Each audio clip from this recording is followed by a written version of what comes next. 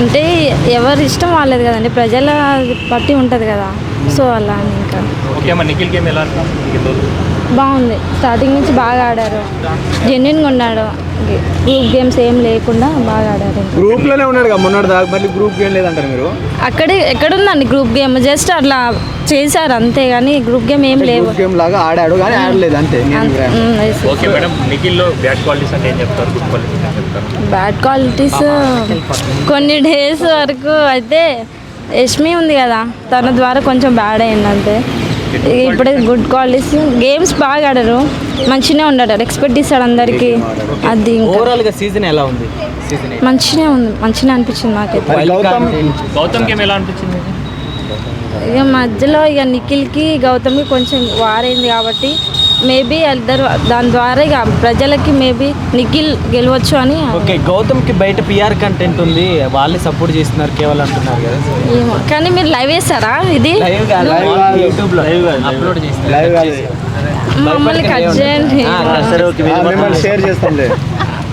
ఏమో అండి, గురించి ఏం చెప్తారు? ఇక ఏమో అండి, మాకు తెలియదు. బిగ్ బాస్ టైటిల్ విన్నర్ ఎవరు అనుకుంటున్నారు ఒక మాటలో? ఫైనల్ గా నిఖిల్ విన్నర్ నిఖిల్ అనిపించింది. ఓకే మేడం, హౌస్ లో ఎవరు గేమ్ బాగా ఆడుతున్నారు ఉన్న 5 మందిలో? నాకు నిఖిల్ బాగా అనిపించాడు. నిఖిల్.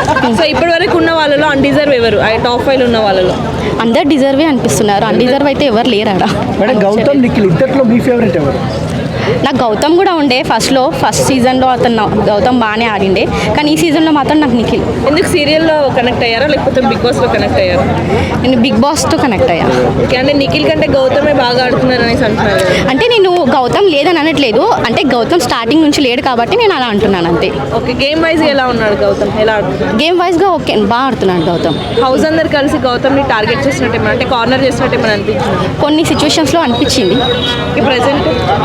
ప్రజెంట్ అయితే ఇప్పుడు అందరు బాగానే ఉన్నారు, ఎందుకంటే ఫైనల్ వచ్చేసింది కాబట్టి ప్రజెంట్ మధ్య అందరు బాండింగ్ బాగానే ఉంది అందరి మధ్య.